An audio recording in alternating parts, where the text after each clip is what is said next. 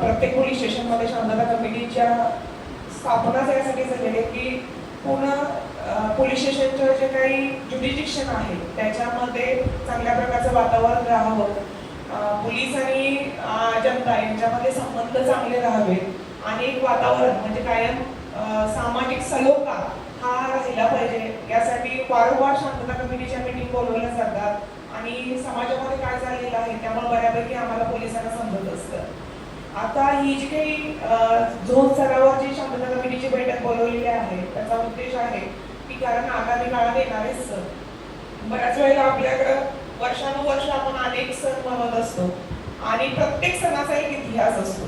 म्हणजे प्रत्येक सणामध्ये काहीतरी आपल्याला चांगली गोष्ट शिकवण्यासारखी असते आणि त्यानुसार आपण त्या गोष्टी करत असतो.